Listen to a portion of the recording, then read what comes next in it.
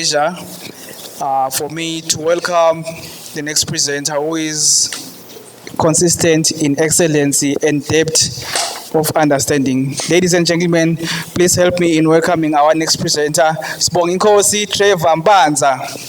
Round of applause, please.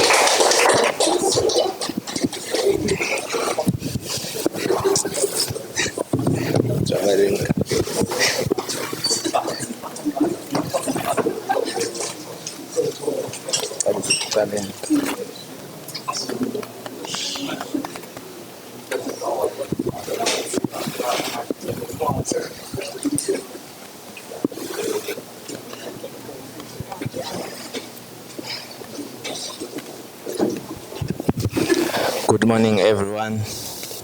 Today it is an honor for me to come here and present our research project with the topic titled Relationship Between Sleep Patterns and Academic Performance Among UNC University Students. My name is Sibonga Trevor Mbanza. I am representing an international bachelor's degree in electrical and communications engineering.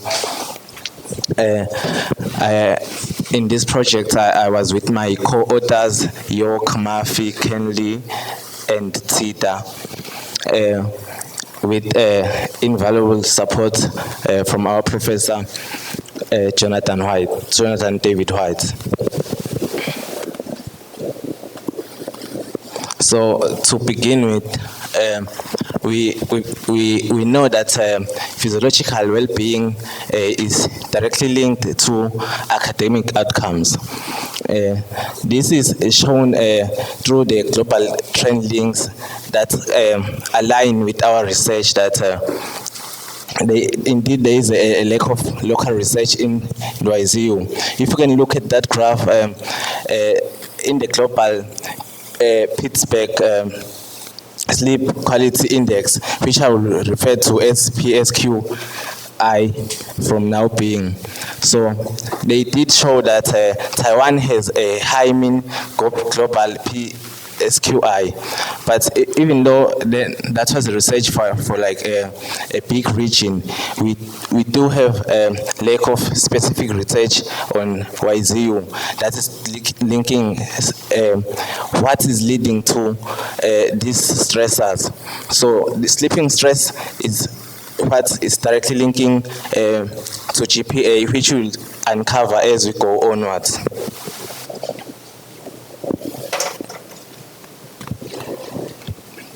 So in order to base our research, we started to look it back.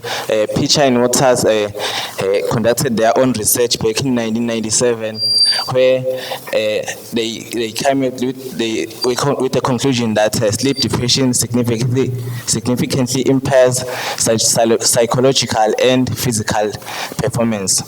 So on the graph, I can only specify on the sleep deprived and non-sleep deprived. That mean 24.52 and 38.71. This is this is a comparison in logical reasoning.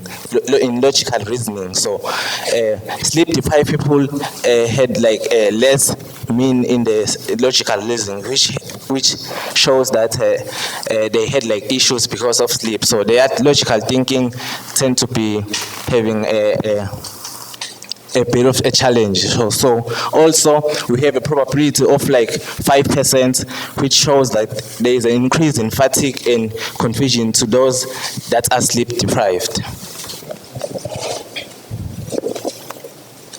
Also, we also went back to Gilbert and Weaver's research, where there was a direct correlation where they showed that there is a direct correlation between poor sleep quality and lower grade. So they also proved that those with poor sleep quality tend to have perceived stress and demonstrating a significant difference of around like 1% probability. So this confirms that sleep quality is a robust predictor of university success. So far, comparing all the research that was done like back then, we came to this summary. All in all, I cannot like put everything in as it is, but their research did come to a certain point that point in the same direction as our research. So maybe I can pick only one that focuses on they say like the poor sleepers had a pure PCQI of greater than 5, which is like a standard threshold in comparison to other countries and something like that. So it showed that those with poor sleepers show a significantly lower CGPA, which is the cumulative GPA, and have a higher perceived stress. So with all that research, then we came to a blank to how can then our research be found and linked to the previous research. So to conduct our research, we started with recruiting UNZ University, because it is basically based here at school. So we were able to gather around like 54 students, which were 18 years and above. We used a Google form in order to get our information, and then the instrumentation we used was the Petersburg Quality Sleep Index and the ISI, which is the Insomnia Severity Index metrics. So we use those two metrics in order to come to conclusion or to compare everything. And then to make our research to be straightforward and without any bias, we had to take like random people, even though we came to the point that we have to send our research to even our fellow colleagues to fill up the form.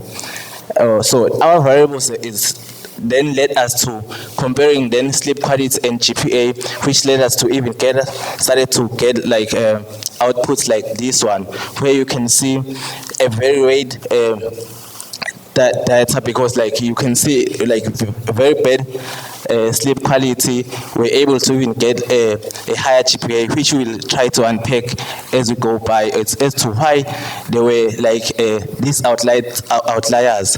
But then the very good sleepers did get a higher GPA more than like the very bad, which aligns with our research.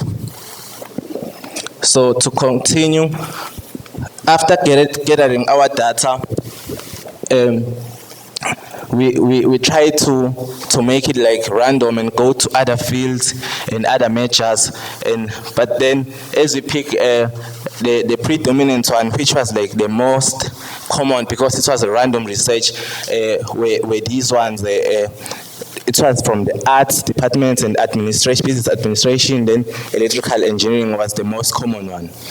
So to go on, the big comparison was here on the sleep duration.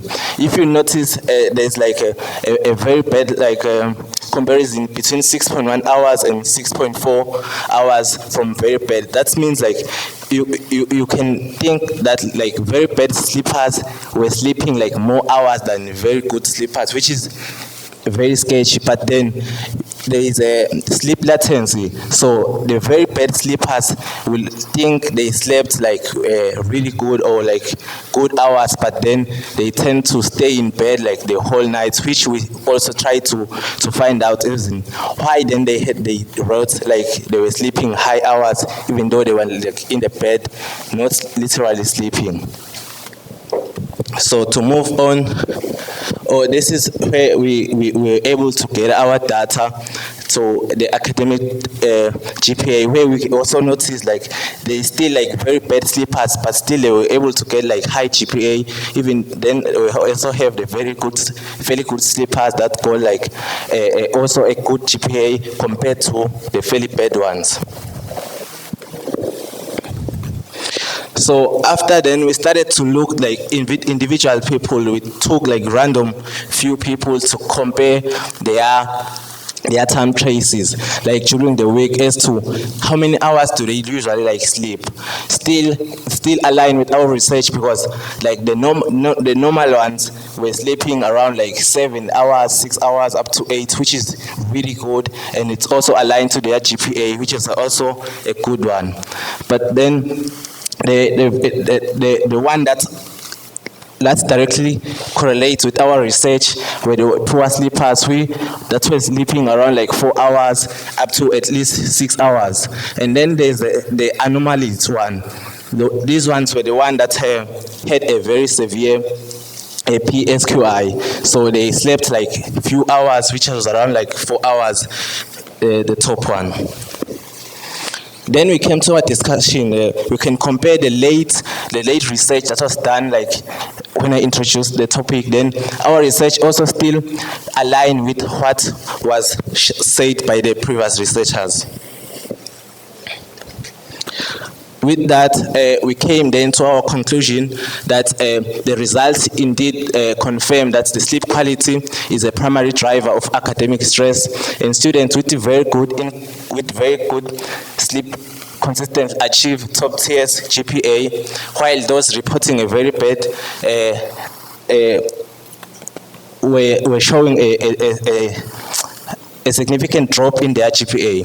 Also, on the part of the outliers that were like getting like high GPAs, even though like they have like less sleep, we did find out that they sleep like less hours, because they have to counteract they have to counteract for the grades. Then they take their grades as a high priority instead of sleep, which is which is not a good or a healthy choice.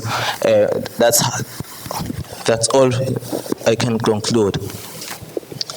Then we come to our acknowledgements. We like to take the opportunity to thank Professor Jonathan White, who was guiding us through and through, and then our authors also, who helped organize and recruit participants, and everyone who participated in the research, including our colleagues here that were filling the Google survey. Thank you, everyone.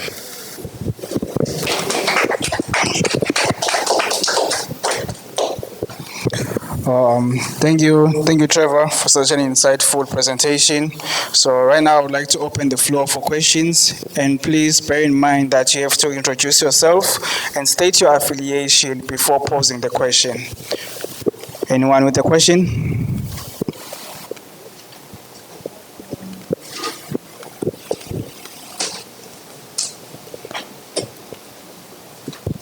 My name is Murphy, and I'm a Yuanzhi University student.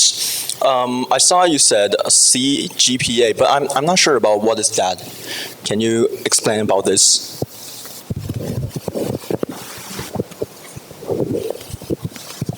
Thanks, Murphy, for the question. CGPA is a cumulative GPA. So maybe you're familiar with the GPA, which is like the grade you get like during a semester.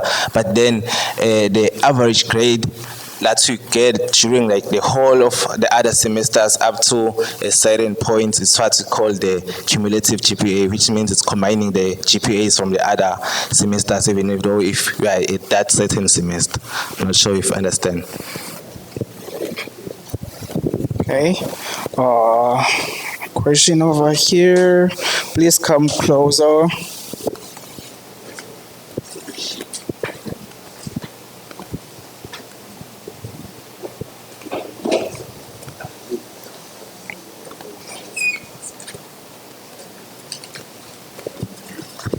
I'm a Yuanzhi University student.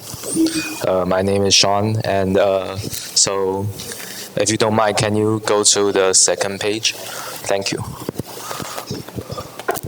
I want to ask, like, what's global PSQI?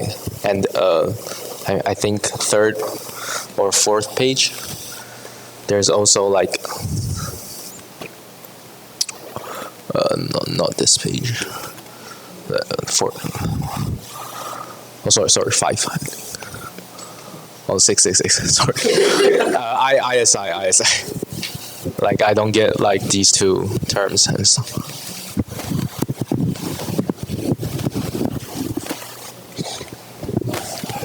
Thanks, Sean, for the question. So I think I probably made a mistake. There was probably a typo. But then it is Pittsburgh Sleep Quality Index and Insomnia Severity Index. So this matrix is what we use as a baseline to compare sleep patterns. The PSQI is the one that is used to compare the sleep quality of a person, but then the ISI, which is the insomnia severity, is the one that is used to compare how severe or your sleep or your insomnia is. So that's the comparison between the two. Thank you. Thank you, Mr. Sean, for your question. Is there anyone else who has a question?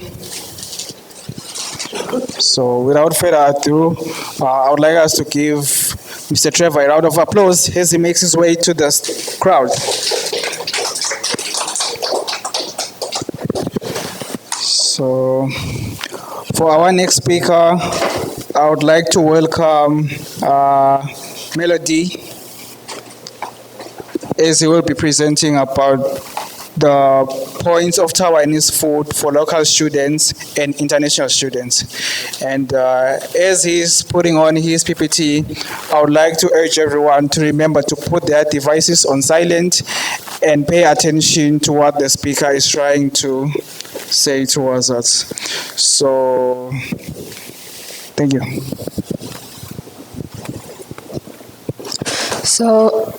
So my name is Melody, and I'm from Yuanzhi University. And my topic is the point of Taiwanese food for local and international students. And this is my group member. We have Henry, William, and Harish, and me. And this is my overview. I will talk about the introduction and background first, and my tool, and I use the form and data collection. And next, I will talk about the key finding, the result and insight from the study. And the last one, I will talk about my conclusion, the different perception of food culture. And the first one is introduction. As the picture we can see, there are diverse food in Taiwan, and it combines the Japanese, Chinese, and some indigenous influence. And for local students, of course, the food is our daily life, and for international students, the food in Taiwan, maybe for them, they will feel challenged and exciting and unfamiliar. So this study will illustrate the cultural identity and social integration. So this, just like I just mentioned, I will talk about the background, objective, and significance. And this is my tools. We have over 50 international students did this survey. And next, I will talk about the difference between the dining halls and local restaurant later. And the survey also include food preference and cultural adaptation and the dining experience. And this is the local student perception.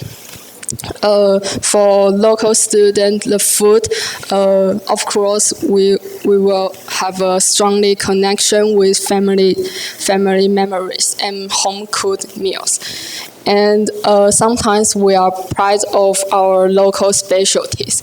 And also some people love to sharing the Taiwanese food and Taiwanese culture to international friends.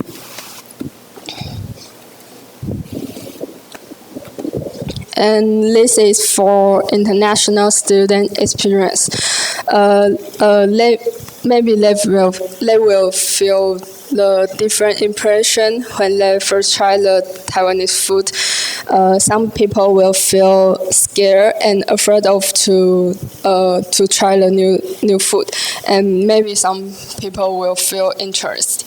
So through repeating exposure to diverse food options, maybe some international student will love the bubble tea when they first try it, and beef noodle soup is also very delicious. And I think they need to try the night market snack like the pig bucket. And food also became the gateway to understand Taiwanese culture and Taiwanese hospitality. And the next page, I will show the data of the 22.5% of students are unfamiliar with Taiwanese culture, and also 53.5% they feel the unfamiliar integration is a major challenge for the international student. So the international student need to face the food and culture adaptation. The upper picture is shown 53.5% is a little familiar with the common Taiwanese dishes when they first try it. And the other picture shows also the red one, the 53.5% is unfamiliar integration when they first try the local food. And this is knowledge barrier to Taiwanese food. Of course, for local students, we feel that the food is our everyday life. But for international students, although over 80% value tests, they remain the worry of unfamiliar integration. So this explains why many students only sometimes try the new food. Like the first picture, the orange one is 45.1% is sometimes when they try the Taiwanese food, not the always or usually. And the purple picture is say the taste and price is the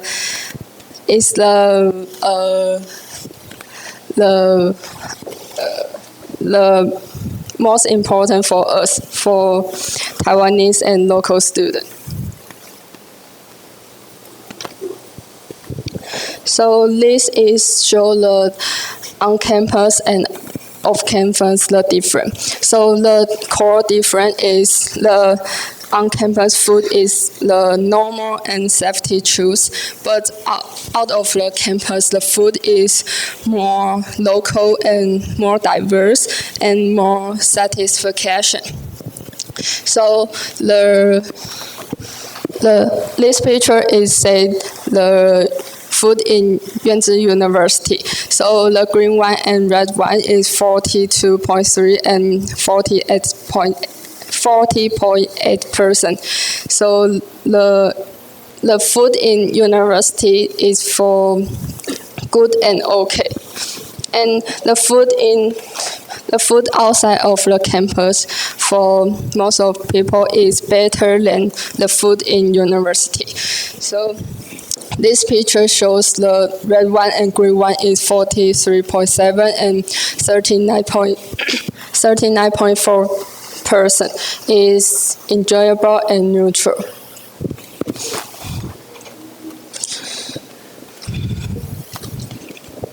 So this is the similar and conflicts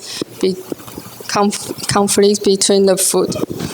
So both local and international students care about the taste and price, and just like I just said, the taste will have 83.1% and the price have the 57.7%. So These two factors are the common language of food. And this is conflicts. Maybe Taiwanese food, some food will have a cultural shock for those international students, like paper cake and stinking tofu and or certain medicinal dishes. And this is the red one, 53.5% is unfamiliar integration. This is the most biggest problem for the international students for the first try the new food. So this is my conclusion. For local students, of course, this is our daily life, the daily choice, and the food in Taiwan is the common, cheap, and convenient. But for international students, the food maybe will have the adventure and exciting but challenging. And this is my reference. Thank you for listening.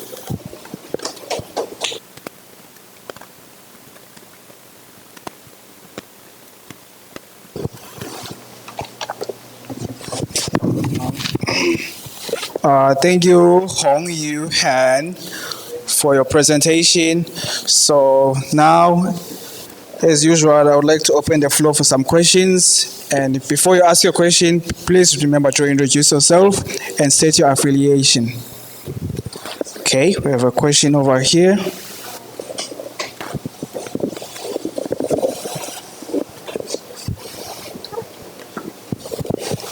So I am Anshi from IBP ECE second year. So my question is, do you think the origin of our country or our country affects on how we will progress on adapting the Taiwanese food?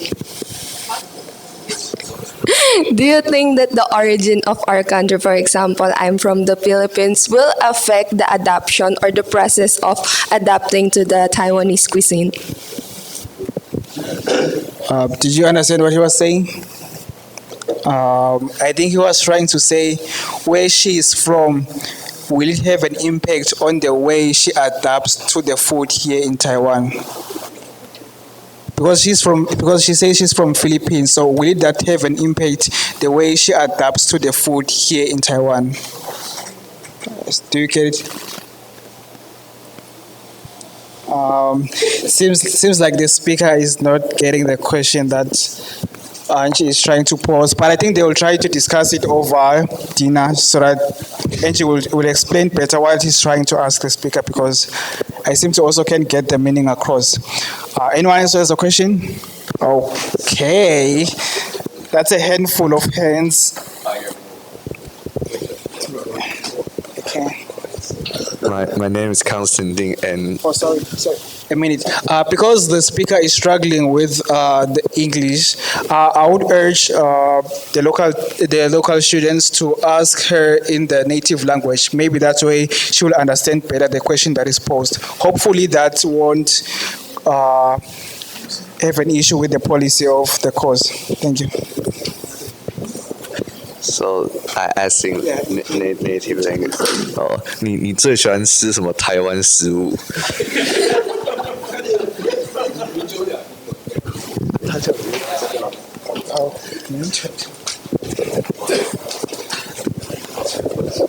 So my favorite food is beef noodle, and the beef noodle is my hometown my hometown snack, and I love it very much. And I eat a lot of different beef noodle in Taiwan.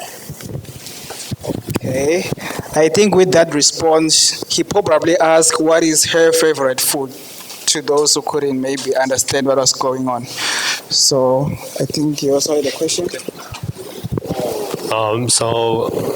My name is Henry from YZU. So you mentioned there are like around 80% people, international students, they think the food is good, but when they face the unfamiliar like flavor, yes. So they are still like less willing to try the new things. So do you have any like strategies to let them overcome this situation?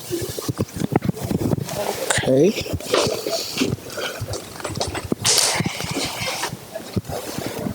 So the school can help more like the food vegetable to for those international students and for them to test the Taiwanese food and in the small portion for them to try the new thing.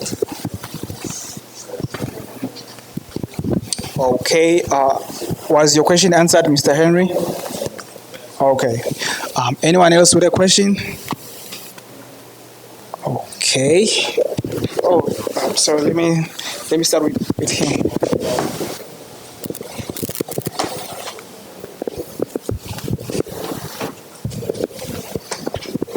Hello, I'm John from EI.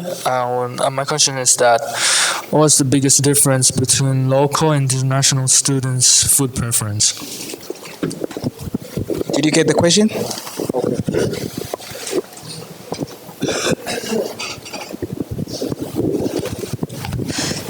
I think the international student love the spicy and some heavy food, not the slight food.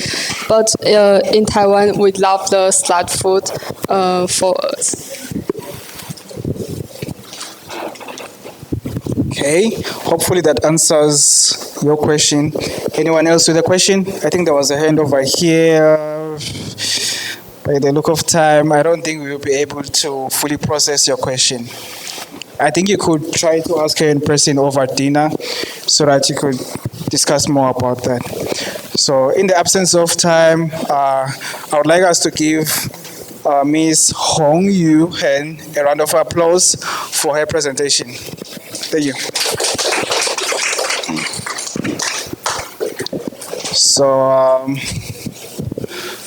for the next speaker, I would like us to welcome Henry, and he will be presenting about cross-culture palates, a comparative study of dining preferences between international and local students at YZU.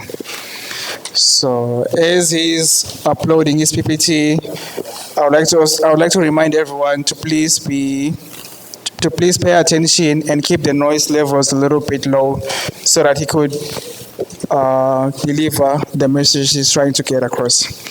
Over to you, Mr. Henry. Right, so my name is Henry, and I'm from Department of Electrical Engineering, Yuanzhi University. So my topic today is cross-cultural palates, and it's a comparative study of dining preference between international students and the local students at YZU. And my group member is William, Parrish, and Melody. So before I went through the data, I will go through the introduction. I will introduce why we choose this topic, and next I will do the research method, like how we do the research, and I will also go through the participant information, where they come from and what's their preference. And next, the most important thing is the survey results, and I will also introduce the iconic Taiwanese food from the food preference from the survey. And the last, I will go through the discussion and conclusion. So why we choose this topic, why we focus on dining, is because we got a lot of the international students at YZU, and they are from like different background with distinct culinary backgrounds. So I think for them, or for all the students at YZU, the school cafeteria is not only the basic facility to serve the food, but it like serve as a vital daily hub. So particularly for students living on or near campus. And another reason is that I think food directly impacts how effectively international students adapt to life in Taiwan, because they come like from very far away, and I think the food is the main thing for them to adapt the culture. So our objective is to compare dining preference between international students and local students, and also to evaluate and improve campus dining services. And our research method is Google Form survey, and the target is YZU's international and local students. And we focus on food satisfaction, preference, and meal variety and availability, and also the eating habits and the dining locations. So we want to use the survey to quantify how cultural backgrounds dictates the students' daily dining choices. So let's go through the basic information of the participant. So as you can see, here are 71 students in total, and although I know this amount is not really high enough to be really persuasive, but I think 72% of international students, this high percentage can say that how they see the food in Taiwan. So, and there are only 28% of local students. So this survey captures a diverse range of cultural backgrounds, they come from different countries and eating habits, providing a strong baseline for evaluating international students' adaptation.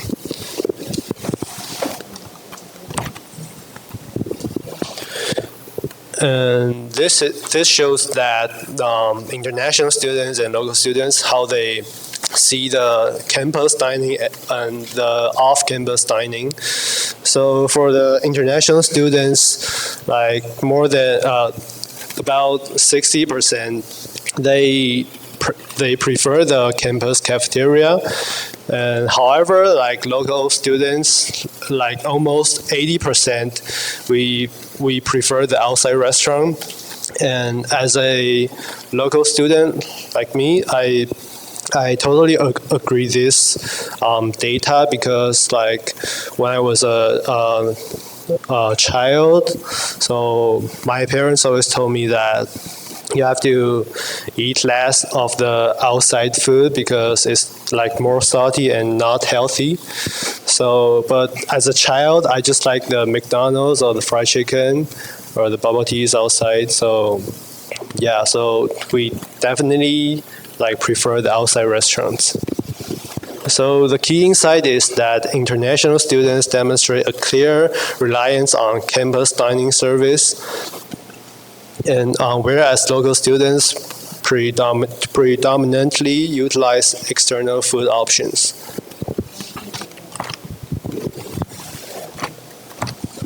And this is a frequency of cafeteria visits. So around 77% students, they eat the school cafeteria multiple times a week. To be more specific, around 53% they eat a few times a week, and also 24% they eat every single day. So yes, so with over 77% of respondents eating at the cafeteria multiple times a week or even daily, and it is a critical infrastructure hub for student life, not just a place to serve the food. And this shows that where and how the students deal with the food. So still, the dominant source is a YZU cafeteria and account for like around 40%. And the strong secondary option is self-cooking. And I think this also account for a large percentage is because some international students, they tend to seek their hometown flavor or considering about the budget management, so they tend to cook by themselves in the weekdays. And as you can see, there's only like 9.9, almost 10% international students. They tend to deal with their food with convenience stores, and this data shocked me because I was expect a higher percentage of this one, because I think Taiwanese convenience store, they serve a diverse range of flavor.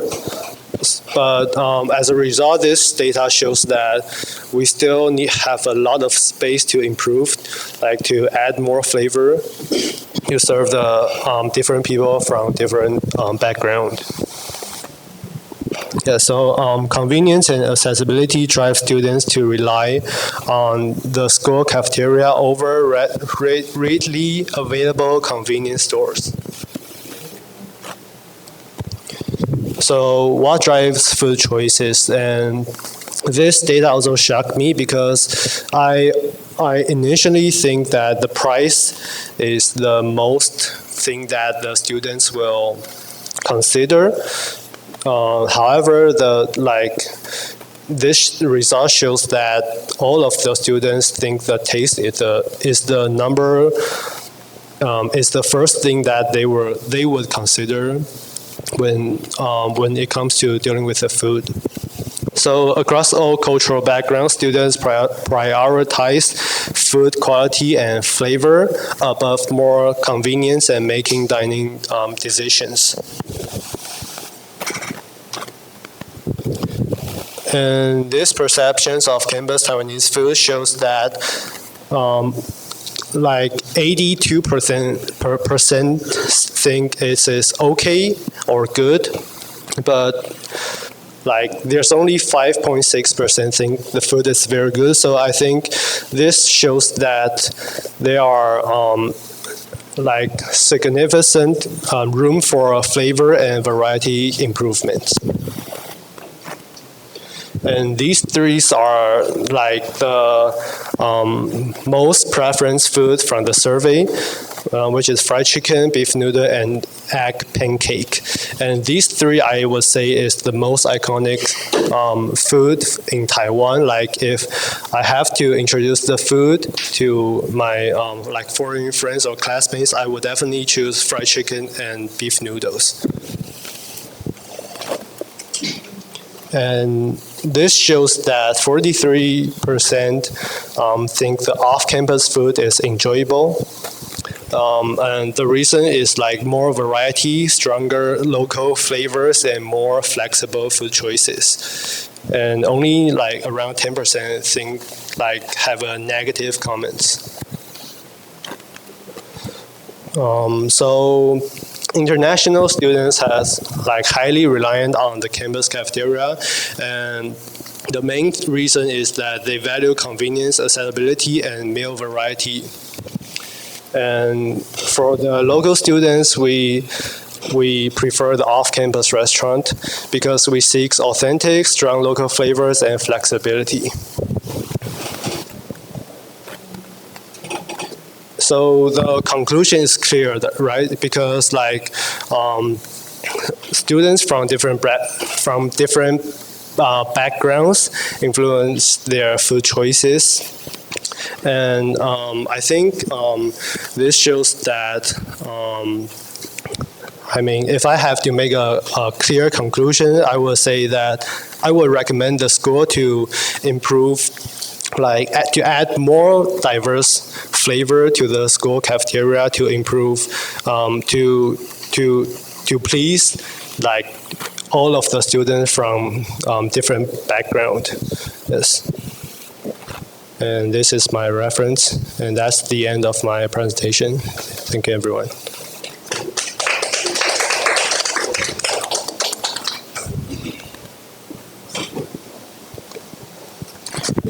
So that marks the end of Guo Ziheng presentation.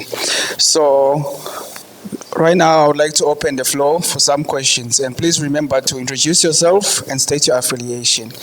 I would like to start with Miss over here because last time I also had a question. Okay, I'm Irene from ECE department. I would like to ask, as a Taiwanese student yourself, is Taiwanese food your favorite, or do you prefer any other country cuisine?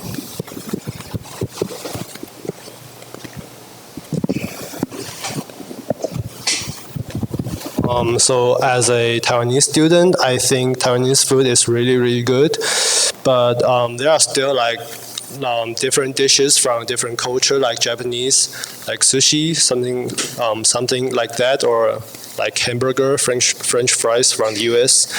So I would say that I really like the Taiwanese dishes, but I also like the dishes from different culture. Yes. Are you satisfied with the response? Oh, okay, thank you. So now, anyone else with a question? I would like to start with the professor at the back. She seems like... It seems confusing to me, and Rick, John, like confusing to me, but you say number one concern is taste, right? Yes. Another slide you also show that students prefer off-campus dining, right? Yes. But they usually eat their meals on campus.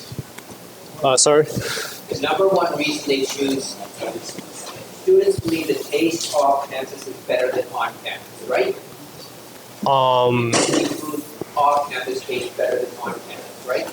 Yes, but the questions are separate. Yes, but you have the answer that the majority of students choose to eat on campus. You understand what you're saying? They prefer off campus resident eating at off campus, slightly more, but generally they eat on campus.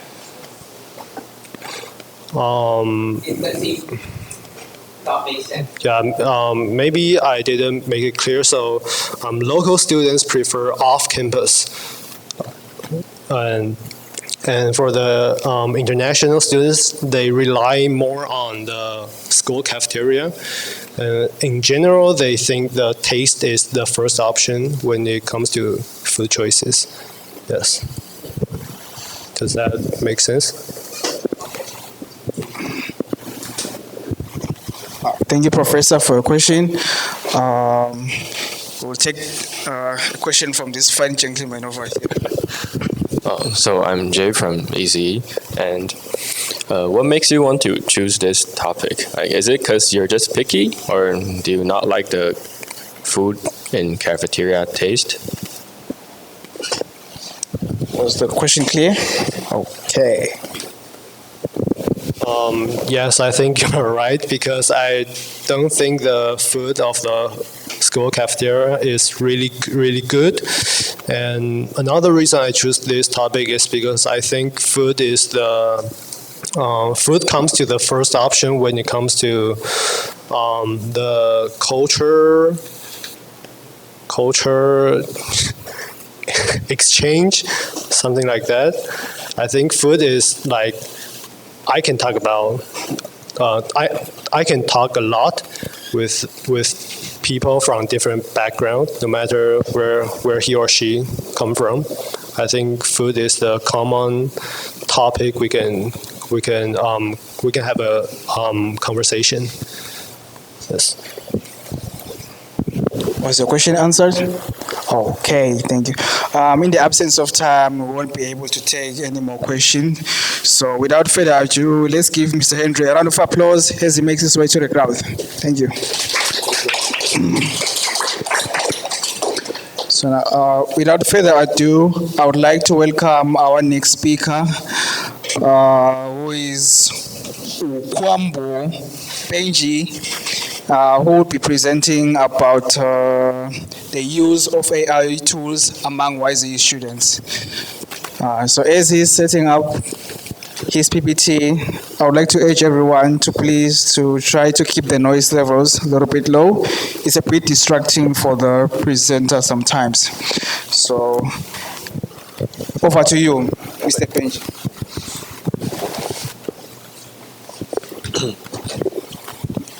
Okay, good morning everyone. My name is Benji, and today I will present our research, artificial intelligence adoption and cognitive impacts among students at Yuanzi University. And this project was conducted by our team, is Harry, Jenny, and Jay, and which is under supervision of Professor Jonathan David White. Here's my outline of today's presentation. We will begin with the background, then move to our research objectives, provide an overview, explain the experimental techniques and methodology, present key results, and finally share our conclusion and next steps. In recent years, generative AI tools such as ChatGPT, Gemini, and Microsoft Copilot have rapidly become part of students' daily life. They reshape how students study and complete assignments. These tools help students write essays, debug code, summarize articles, and even generate entire reports. However, this convenience raises an important concern. Are students become too dependent on AI, and is this affecting their ability to think critically? This question forms the fundamental of our research. Our study focuses on three main objectives. First, we want to understand how students at YZU using AI. Second, we aim to measure the trade-off between grade improvement and critical thinking decline. And third, we explore the ethical concerns students have, especially plagiarism and unclear institutional rules. In short, our study found efficiency gains but also decline in critical thinking. Also, students are unconcerned about plagiarism and fairness. We designed a survey using Google Forms based on technological acceptance models.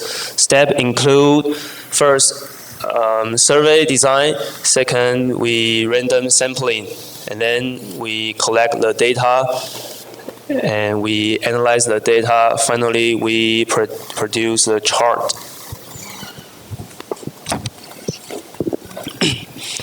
We conduct a quantitative survey using Google Form.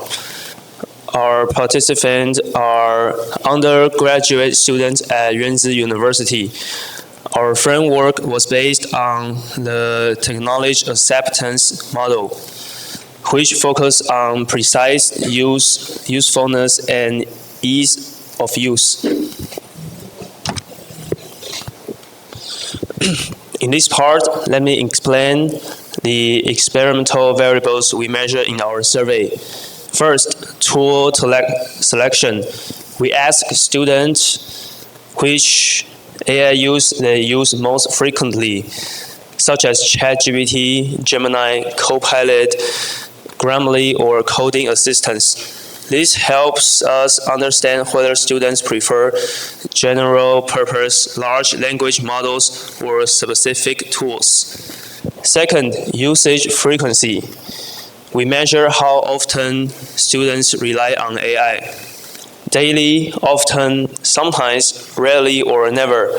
High frequency indicates that AI has become part of their cognitive infrastructure. And third, critical thinking engagement. We ask students to self-assess whether AI makes them less engaged in critical thinking.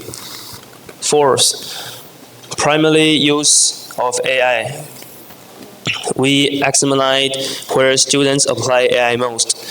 Assignments, exam preparation, coding, research, or writing. This shows whether AI is mainly used for technical tasks or broader academic work. Finally, we include perceived impact on grades. Students report whether their grades decrease, stay the same, or improve after using AI. So I take a screenshot of our survey. Our sample size was 41 students, undergraduate at YZU, and their age from 17 to 22. Also, there are large 77.5% of engineers is participate in this survey. Our results shows that AI usage is extremely high. Most students use AI daily or often, and many have been used for over 1 year. This means AI is no longer a novelty. It has become part of students' cognitive infrastructure. And ChatGPT was the most frequently used tool, followed by Gemini and Copilot. Interestingly, Grammarly has much lower usage. This suggests that students prefer general-purpose AI tools, can handle a wide range of tasks.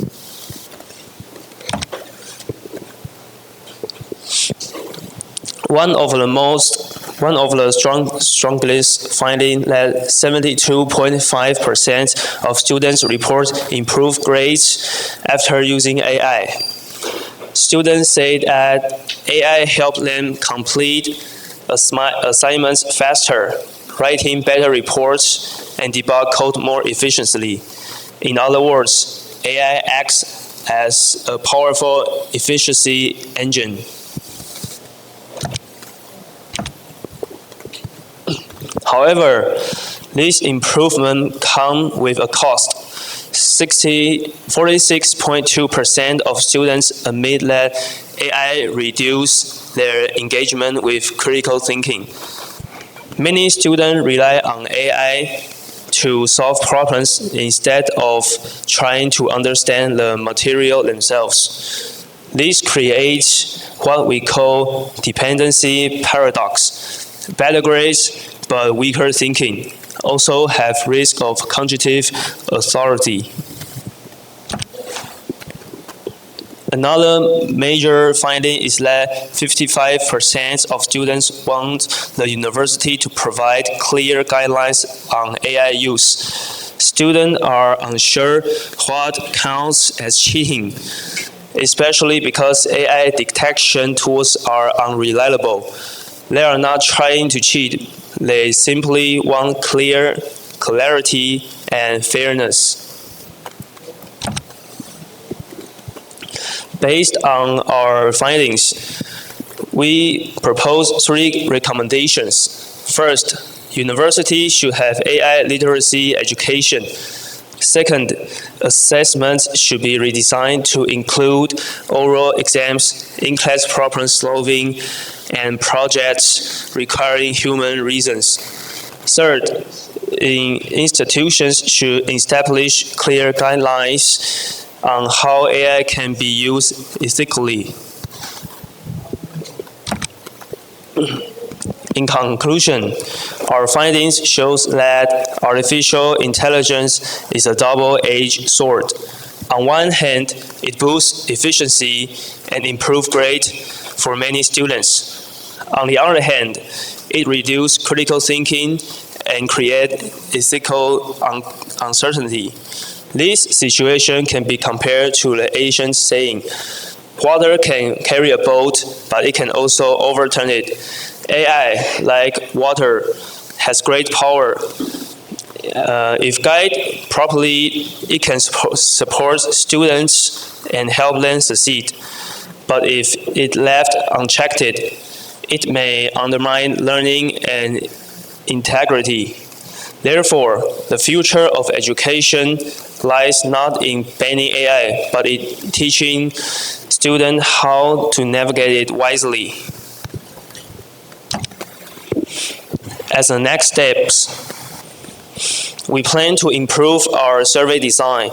First, we will expand the sample size and include more diverse majors and graduate students. Second, we will refine our question categories, distinguishing between academic and personal use of AI, and between different tools.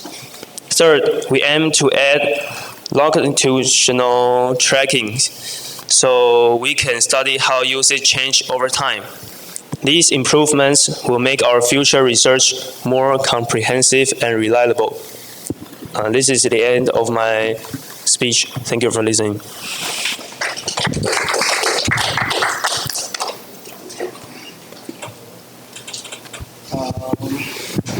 Thank you, Mr.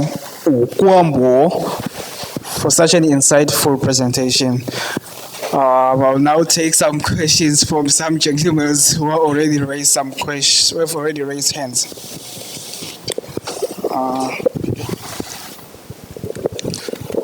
Hello, I'm Paul from Pingdong. And I want to share the experience of using AI tool. How do you use the AI tools?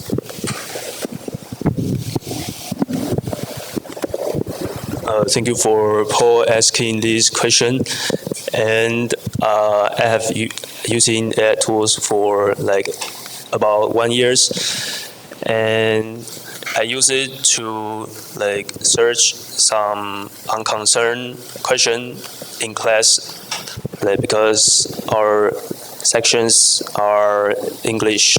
So if I have something like I don't understand, so I use AI to clarify my questions. Okay, I hope that response satisfied your question, right? Okay, moving on to the next question. Hi, my name is Harry. I'm from ECE. And why do you think we had mostly the engineering students in the survey? Why do you think we mostly had engineering students from the survey? And why not the other departments? I think this is one of our problems, so we can solve it in the future. Because I think our participant is mostly of our friends, and our friends is in this department. So this is why there are majority of engineerings. Okay, I hope your question was answered, Mister. Okay, I would like to take the gentleman in the back's question. Could you please come closer? Hello, my name's Dav. I'm YZU affiliated. I have a question, right? Since you said that your research shows that people have a decreased sense of ability for critical thinking, and we do know that AI has a pretty big tendency to hallucinate, and also it's biased to its training data. What do you think the implications are on the spreading of misinformation through AI, since a lot of people seem to take the output of AI just as is without actually thinking for themselves? And with the fact that it hallucinates a lot, do you think that's something that's really dangerous or possibly can be weaponized? Did you get his question? Okay. Okay. Okay. It was a lengthy question. So I think that's because AI just answered our question directly. So after times we use AI, so we are not thinking more deeper. So that I mean, while using AI more long time, so we are just copying the answer from the AI, but not thinking deeper. Okay. Because of the absence of time, we can't take any more questions. But feel free to ask from the next speaker in the next session. But we could try to approach him over lunch so that he could have your question answered. So without further ado, I would like us to give a round of applause for Ukwambo Chayo. So for our next speaker, I would like to welcome Liu Mingjia Benjamin, and he will be presenting about salary expectations and career planning of EE students. Now let's give it some time to upload his PPT.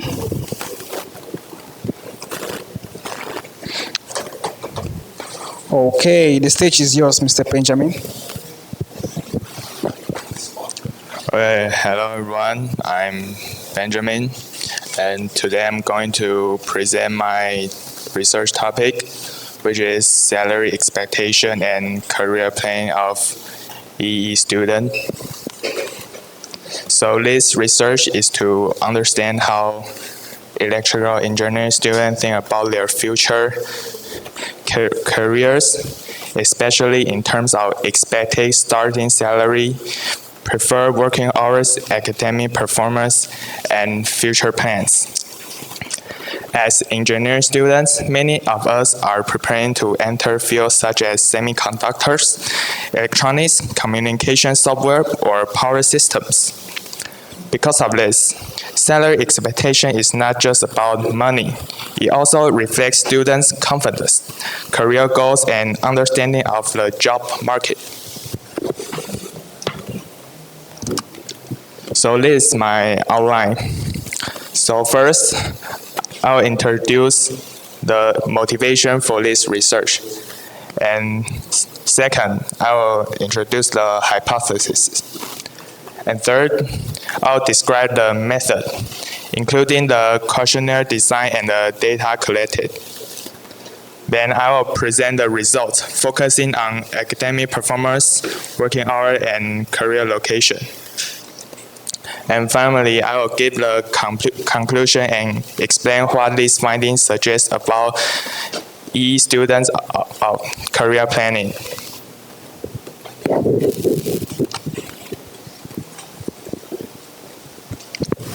The motivation for this research comes from three main points. First, the engineering job market in Taiwan is highly competitive.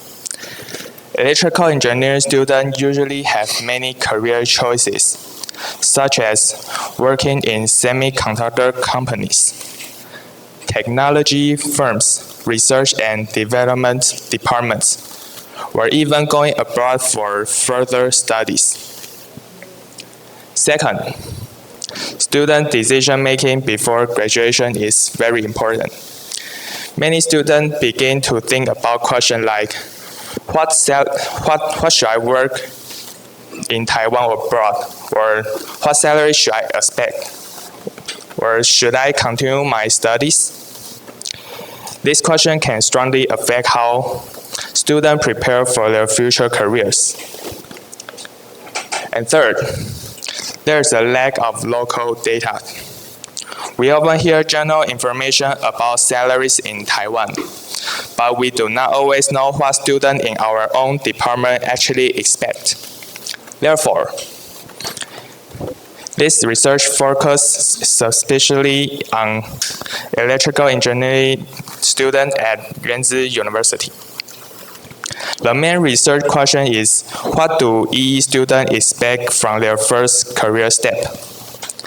This question is not only about salary, but also about effort, confidence, and future planning. So we have 4 hypotheses. The first hypothesis is that students' expected salaries are higher than the average entry-level salary in Taiwan. This means EE students may believe their major has strong market value, so they expect a better starting salary than the general average. The second hypothesis is that students who prefer longer working hours also expect higher salaries. This is based on the idea of effort and reward. If students are willing to work longer, they may also hope for better pay. The third hypothesis is that students with better academic performance expect higher salaries. Students with stronger grades may feel more confidence in their abilities, so they may set higher salary goals. And the last hypothesis is that students with plans overseas study or work expect higher salaries. Students with international goals may have broader career ambitions, so they may also expect higher income. These 4 hypotheses help connect salary expectation with students' background, effort, confidence, and future direction.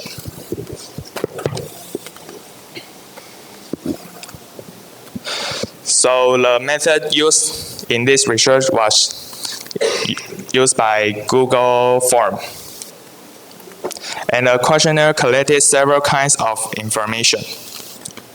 First, it collected basic personal information, such as gender, age, and student status. This helped us describe the profile of the respondents. Second, it asks about major-related experience, including students' satisfaction with the electrical engineer major. This part helps connect learning experience with career confidence. Third, the questionnaire asks about expected starting salary per month, which is the main variable in this study. Fourth, we asked about the work preference, especially preferred daily working hour. This helps us compare salary expectation with willingness to work longer hours. Fifth, it collects academic information, such as the average grade from the previous semester. This made it possible to compare academic performance with salary expectation. And finally, we asked about the future plans, including whether students plan to work or study in Taiwan or abroad. By comparing these variables, we can better understand what factors may influence each student's salary expectation.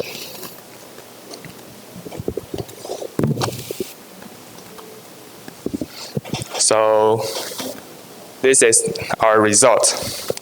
For this slide shows the relationship between salary expectation, academic performance, and working hour.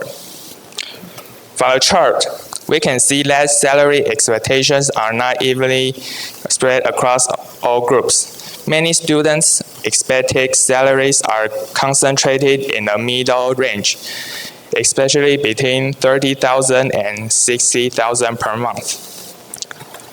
Looking at the academic performance, students in higher grade groups are more likely to appear in higher salary ranges. This suggests that academic confidence may influence salary expectation.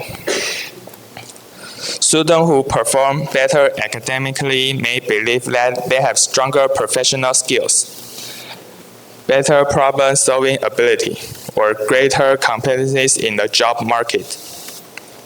However, this does not mean that grades directly determine salary.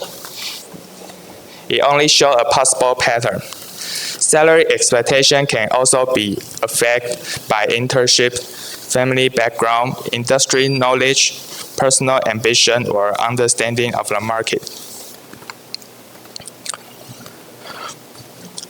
For working hour, the results show that 26 out of 41 respondents prefer 8 to 9 working hours per day. This means that most students still prefer a normal or moderate working schedule rather than extreme long working hours. The salary expectations in this group are mostly in the middle range. This suggests that many students want a balance between salary and quality of life. They may want a reasonable income, but they may not want to give up too much personal time. This result is important because engineering jobs are often associated with long working hours, especially in industries such as semiconductor and technology. However, students do not simply believe that longer hours always mean a better career. Instead, many of them seem to prefer stable working hours with acceptable pay.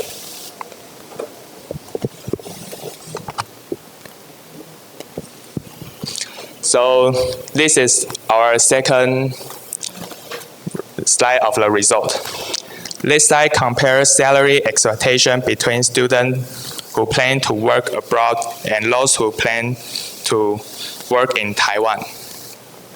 We can see that students with plans to work abroad have a clearer pattern of expecting higher salaries. In other words, students who want to work overseas are more likely to aim for higher income.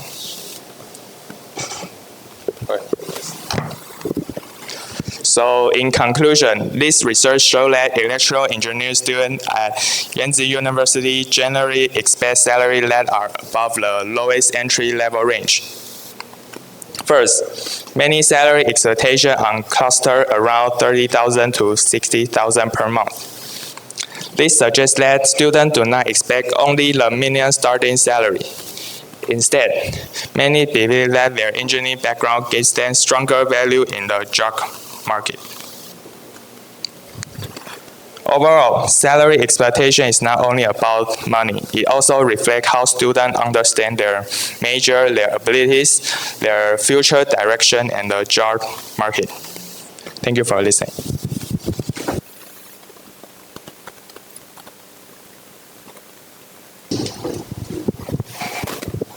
Okay, thank you for your presentation, Mr. Liu Mingjia. So now I would love to open the floor for some questions, and please remember that you need to introduce yourself and state your affiliation before asking the question. Okay, so I'm Jay from ECE department, and so you said that many students expect above entry-level salaries. Then how about you? What is your expected salary?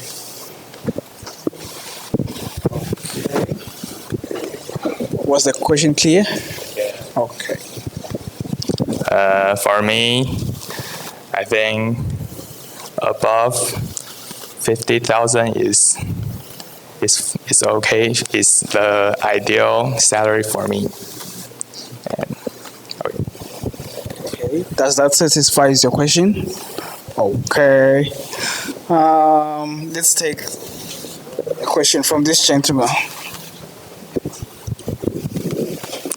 Okay, I'm John, EI. So, what factors more affect career planning?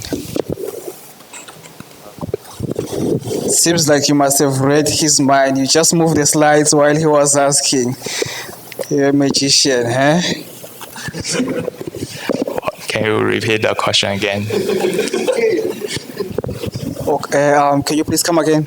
I'll try to interpret what you. Okay.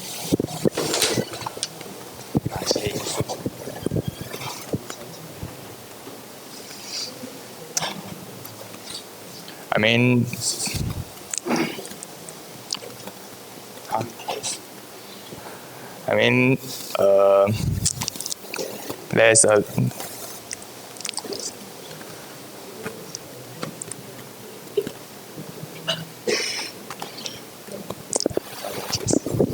TikTok, Mr. Benjamin, we're running out of time.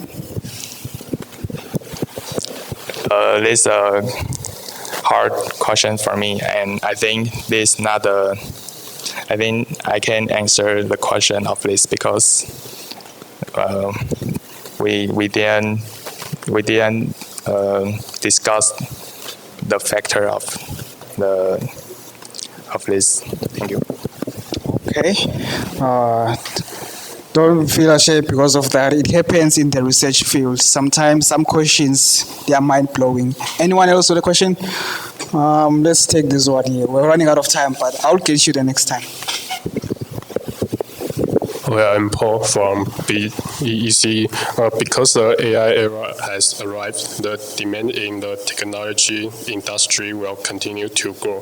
So can you predict whether future salaries in the market will meet student salaries expectations, or if there will be other situations? Did you get the question? Okay. I think AI will make many engineers to have more jobs, but I don't think that they will improve their salary numbers or improve their salary or make them become to have a high salary for them. Yeah, that's my opinion. Okay, dude.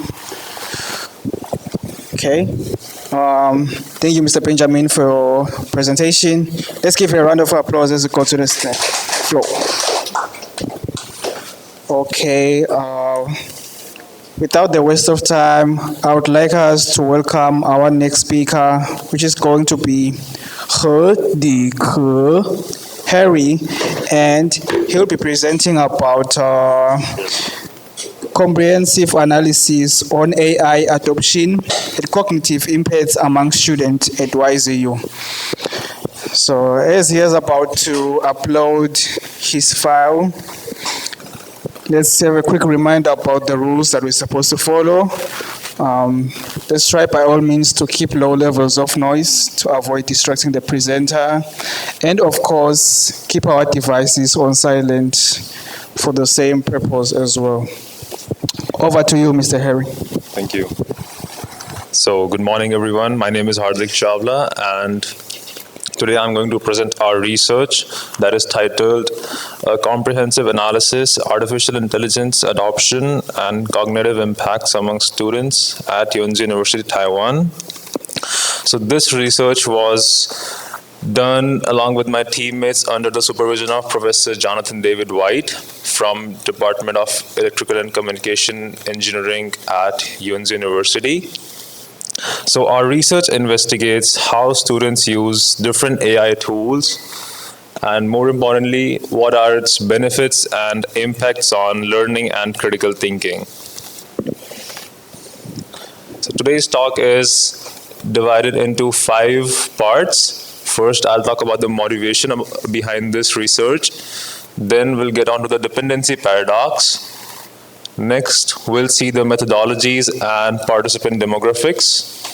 After that, we'll get onto the key results. And finally, we'll get onto the conclusion and future outlook. So, generative AI tools such as ChatGPT, Gemini, and Copilot are becoming an integral part of students' daily academic life. So students use these type of tools for solving their assignments, coding, exam preparation, and stuff. So this, AI tools makes the learning faster and convenient. However, there's an important question. While AI improves academic efficiency, does it also reduces students' critical thinking and problem-solving effort? So that's the main concern of our research. Our research objective is to see the AI adoption patterns among students at Yonsei University. Specifically, we wanted to understand how frequently they use AI, what are its benefits, and possible impacts on learning behavior and critical thinking. To do this, we surveyed 41 students at Yonsei University and tried to understand the relationship between AI usage and cognitive engagement. Okay, so one of the central ideas of our research is the dependency paradox. This paradox is basically a trade-off. So on one hand, there is AI, like we use AI, which helps us improve our performance and efficiency. On the other hand, excessive use of AI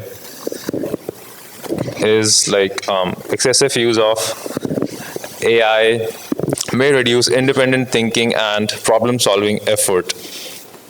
In simple terms, students may achieve better results while engaging less deeply with the learning process. This creates an important educational dilemma. How can universities encourage AI usage without weakening critical thinking skills?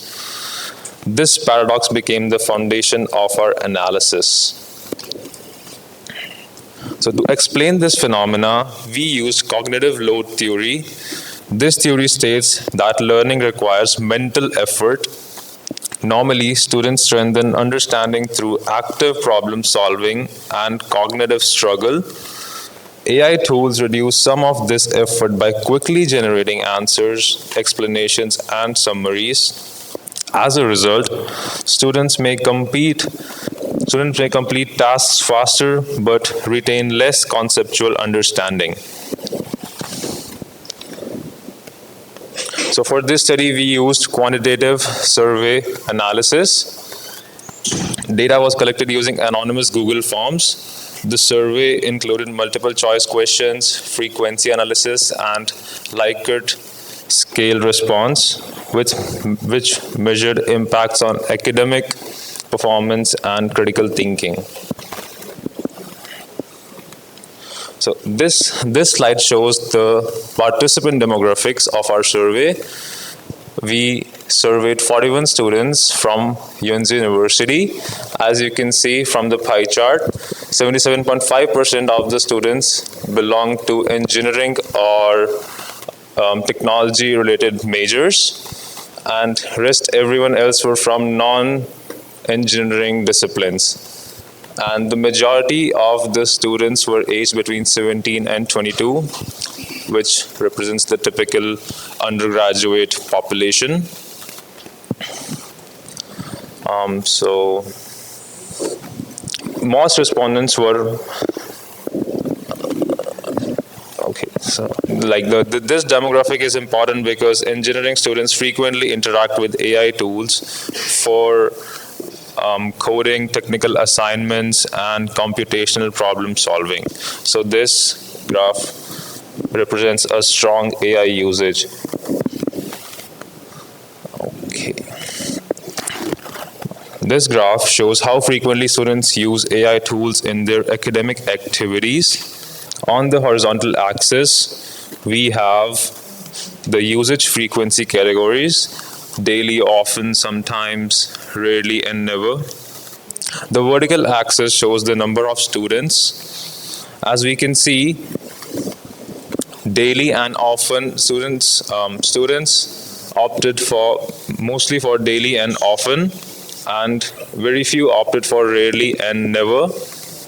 This indicates that AI tools have already become integrated into students' regular academic workflow. Many students also reported using AI tools for more than 1 year. Okay. This slide presents one of the most important findings of our research. Approximately 72.5% of the students reported that AI tools improved their academic performance or grades. This graph visually shows the strong positive perception students have towards AI-assisted learning. Students reported several benefits, including faster assignment completion, easier access to explanations, and increased productivity. This suggests that AI functions as powerful academic efficiency tool. However, while students may complete tasks more efficiently, this does not necessarily guarantee deeper conceptual understanding. So this finding becomes especially important when compared with the cognitive concerns shown in the next slide. So although AI improved efficiency, many students also reported cognitive concerns. This graph illustrates the perceived impact of AI usage on critical thinking and independent problem solving. On the horizontal axis, different academic activities are shown, such as assignments and problem solving. The vertical axis represents the number of student responses. So approximately 46.2% of participants reported that reliance on AI reduced their critical thinking abilities. Students indicated that they increasingly depend on AI-generated answers instead of fully analyzing problem independently. Okay. So, in conclusion, our research demonstrates a clear technological trade-off associated with AI usage in education. On one side, AI significantly improves academic efficiency and productivity. As discussed earlier, 72.5% of students reported improved academic performance. However, the graph also reflects the cognitive concerns identified in our study, including reduced critical thinking and increased dependency. This creates what we describe as the dependency paradox. Students perform better academically while potentially engaging less deeply with learning. Therefore, universities should not simply ban AI tools. Instead, educational institutions should focus on AI literacy, responsible usage, and effective human-AI collaboration. The future of education will depend not on avoiding AI, but on teaching students how to use it responsibly while preserving independent thinking skills. And I would like to thank Professor Jonathan David White. I would like to thank Yonsei University, the survey participants, and my team members for their support and contribution to this research. Thank you for listening. I would be happy to answer questions.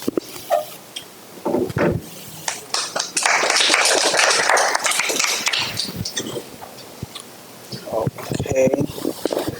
Thank you, Mr. Harry, for such an insightful presentation. I think even myself will ask some questions. But first, let me take it from the floor. Let's start with this gentleman over here. Can you please come closer?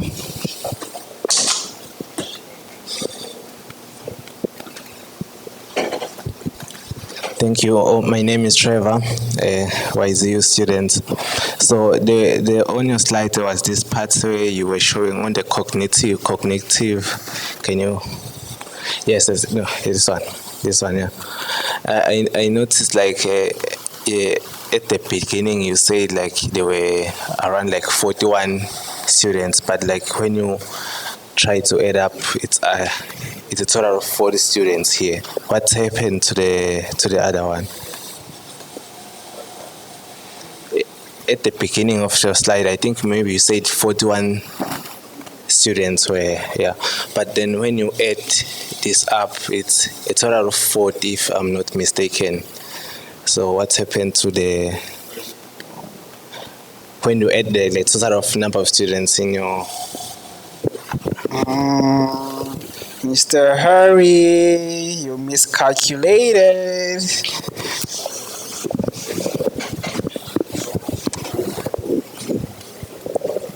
Good question, though.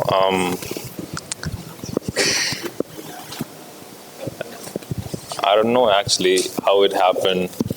Probably some mistake while I was making the graph. Okay. Anyone else with a question? Okay, over here.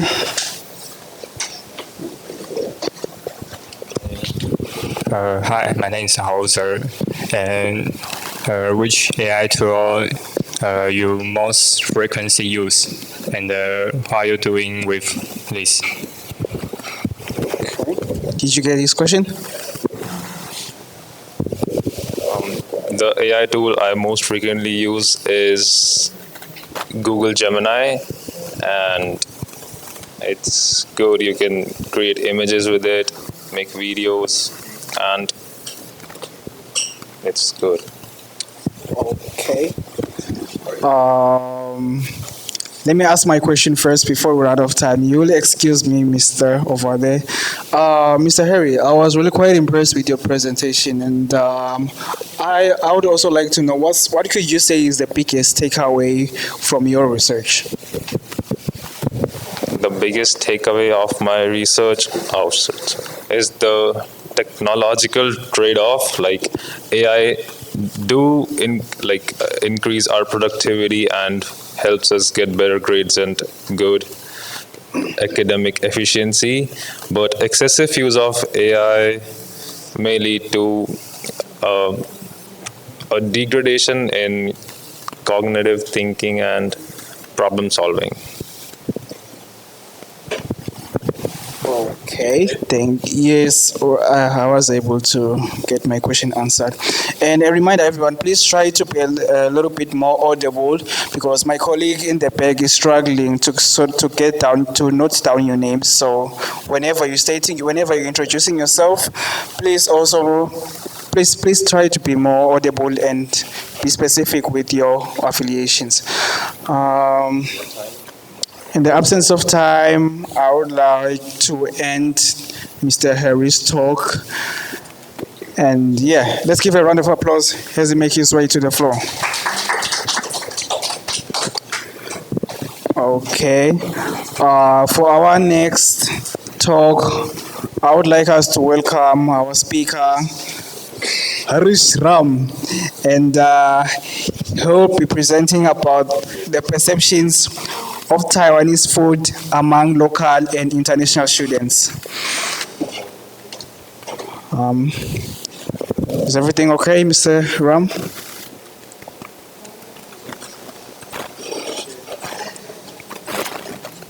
Okay, let's give it some time to process his file. Now we try over there. This one, yeah. This. Yeah. Okay, everyone, please let's give Mr. Harish an ear so that he could give his talk. So, good morning, everyone. My name is Harish Ram, and today I'll be presenting about our research titled Perceptions of Taiwanese Food Among Local and International Students. This study was conducted at Yuanzi University by William, myself, Melody, and Henry under the guidance of Professor Jonathan David White. Our research focuses on how students from different cultural backgrounds perceive Taiwanese foods, especially in terms of familiarity, satisfaction, and adaptations. So before starting, here's a quick overview of today's presentations. First, I'll explain the motivation behind the study and why food perception is important for international students. Next, I'll discuss the survey design and the methods we used for data collection and analysis. Then I'll present the main results, including food ratings, adaptation challenges, and differences between Asian and international students. Finally, I'll summarize the major findings and produce some recommendations based on our study. So I think food is more important than is more than just something that people eat. It is closely connected to culture, identity, and daily lifestyle. When students move to another country, one of the first challenges they face is adapting a new food environment. Taiwanese cuisine includes many unique ingredients, flavors, and cooking styles, which may be unfamiliar to the international students. Because of this, familiarity becomes very important in determining whether students enjoy or accept local food. Food also creates emotional comfort for many people. When students move abroad, they are adapting not only to a new education system, but also to a completely different lifestyle. Some students become more comfortable quickly, while others avoid unfamiliar dishes entirely. Because YZU has students from different countries, we thought it would be interesting to study how students respond to Taiwan cuisine in everyday situations. This study was mainly designed to understand how culture background affects students' perceptions and adaptation towards Taiwan cuisine. So, to investigate this topic, we conducted a survey using Google Forms. The survey contained 19 questions related to food preferences, satisfaction level, eating habits, and adaptation challenges. We used different response formats, including multiple choice questions, short answer questions, in order to collect and more detailed opinions. The questions were designed to measure both practical experience and personal opinions. For example, we asked students how frequently they eat Taiwanese food, whether they prefer cafeteria or off-campus meals, and what kinds of challenges they experienced while adapting. This allowed us to not only get numerical data but also understand the general behavioral patterns among students. In total, we got 71 valid responses from students of UNJ. The participants were categorized into three groups: Taiwanese students, students from neighboring Asia countries, and international students from different parts of the region. And all participants voluntarily provided consent before completing the survey. So after collecting the responses, the survey was exported to Excel for analysis. We mainly used descriptive statistics to compare patterns and trends between different student groups. We selected descriptive analysis because the purpose of the study was to identify overall trends and differences between groups rather than perform advanced prediction models. By comparing the responses carefully, we were able to observe patterns related to culture, familiarity, satisfaction, and adaptation. Our analysis focused on comparing cafeteria food and off-campus Taiwanese food. We also examined factors such as satisfaction levels, familiarity, and adaptation difficulties. By analyzing the groups separately, we were able to identify how culture background influenced local food perception. So this graph shows the distribution of responses based on nationality groups. As we can see, the international students has the largest participant group with 46 respondents, and the local Taiwanese students accounted for 14 participants, while students from neighboring Asian countries accounted for 11. This was actually useful for the research because international students are the group most likely to experience food adaptation challenges. At the same time, including local Taiwanese students helped us to establish a comparison baseline for satisfaction levels and familiarity with Taiwanese cuisine. Although the groups are not equal in size, their data still provides useful perspective. This distribution also supports meaningful comparison between local and international student experience. So this slide compares student ratings for cafeteria food and off-campus Taiwanese food. The blue bars represent cafeteria food, while the orange bars represent the off-campus food. Looking at the graph, we can clearly see that off-campus food received higher satisfaction ratings overall. For example, more than 62% of students rated off-campus food as good, whilst cafeteria food received much lower positive ratings. At the same time, cafeteria food had a larger percentage of okay responses. This suggests that students generally prefer authentic dining experiences outside the campus. One possible reason for this difference is food variety. Off-campus restaurants usually offer a wider range of dishes and more authentic cooking styles compared to cafeteria meals. Students may also associate off-campus dining with a better social experience, which influence their overall satisfaction. So the environment itself may also contribute to how food is perceived. So this graph represents the major challenges students faced when adapting to Taiwanese food. The most significant challenge was unfamiliar ingredients. International students especially reported higher difficulty compared to Asian students. Dietary restrictions and strong flavors were reported less frequently. Interestingly, some students mentioned that they experienced no changes at all. This finding was especially important because it appeared much more frequently than the other challenges. It suggests that students are not necessarily rejecting Taiwanese food because it tastes bad, but instead students simply need time to become familiar with the new ingredients, textures, and preparation styles. This supports the idea that food adaptation is strongly connected to cultural exposure. Overall, the graph suggests that cultural distance plays an important role in food adaptation.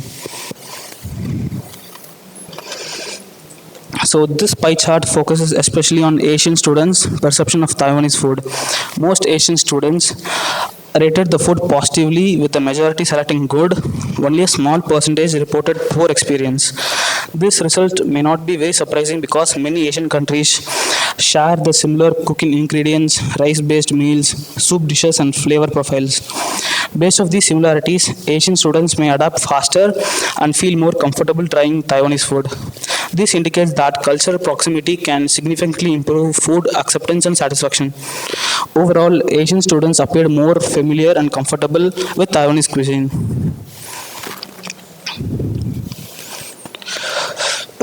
In comparison, this slide shows the responses of international students. Here, the ratings are much more varied. A larger percentage of students selected okay or poor compared to Asian students. This suggests that lower familiarity with Taiwanese cuisine reduced satisfaction levels.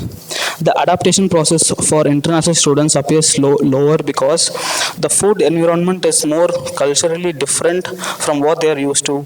This does not necessarily mean international students dislike Taiwanese food overall. In many cases, it simply reflects the adjustment period required when entering a new cultural environment. With more exposure over time, students may gradually become more accepting and comfortable with local cuisine. When we compare this slide with the previous one, we can clearly see how cultural background influences food perception. So to conclude, this study found that students generally preferred off-campus Taiwanese food over cafeteria meals. Cultural familiarity strongly influenced satisfaction and food acceptance. International students experience greater adaptation challenges, especially regarding unfamiliar ingredients. At the same time, repeated exposure helped students gradually become more comfortable with Taiwanese cuisine. Based on these findings, universities could improve international students' experience by increasing cafeteria variety and providing clear ingredient information. Although this study was conducted only at UANZ universities, the finding may apply to other international universities where students experience cultural adjustment through food. Finally, we like to thank Professor White for guidance and his valuable feedback throughout the research. We also sincerely thank all the student participants who contributed to the survey. In addition, I would like to thank my teammates for the collaboration and support during the project. And lastly, thank you for everyone for listening.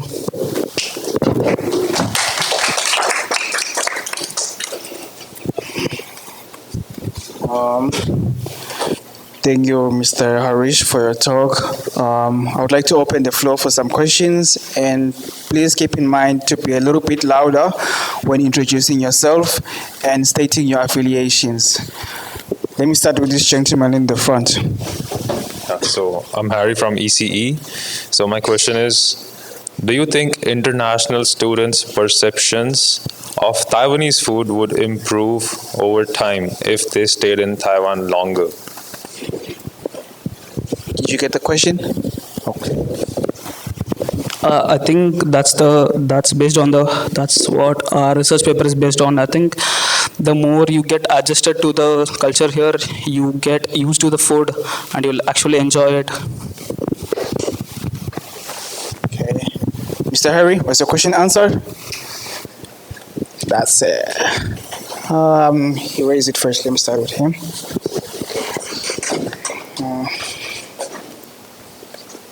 Okay, please remember to be loud, sir, for my colleague in the back.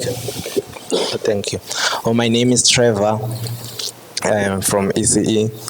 So my question is, I noticed you said off-campus got like higher ratings compared to the cafeteria food.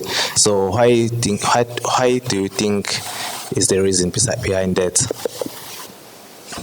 You got it? If you don't get it, forget about it. I think it's based on because the off-campus restaurants have more variety than the campus cafeteria, and you can explore a lot of food. Maybe that's why they prefer off-campus foods. Okay. I would like to take your question, miss.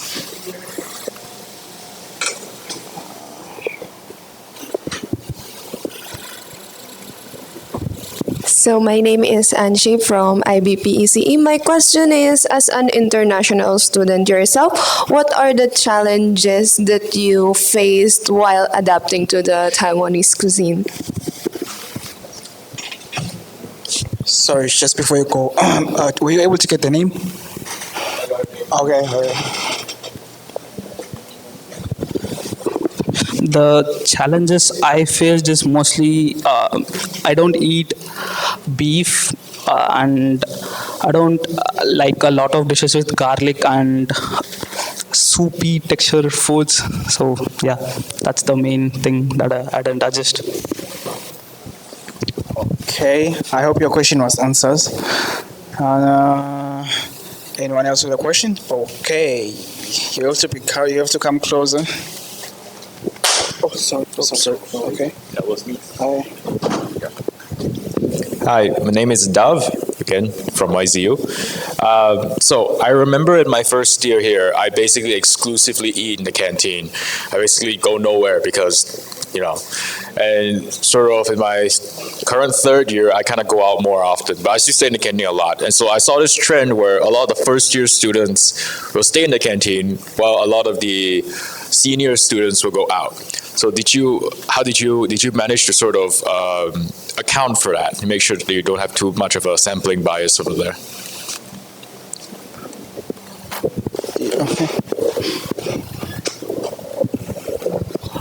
I think mainly we didn't account for that, but it's mostly first year students that actually, answer the surveys. So, yeah.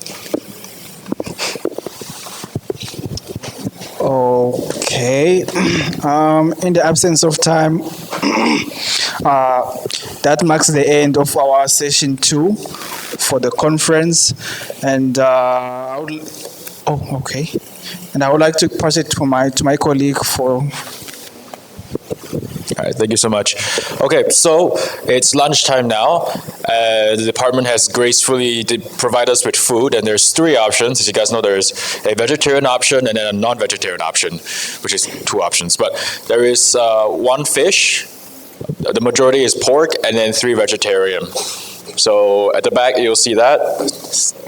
And I will point it out for you physically so you guys don't actually take the wrong thing. But yeah, the one with the most one is the pork. So for those who don't eat pork, watch out for that. There's a vegetarian and fish as your alternative. For everyone else, just take whatever you like.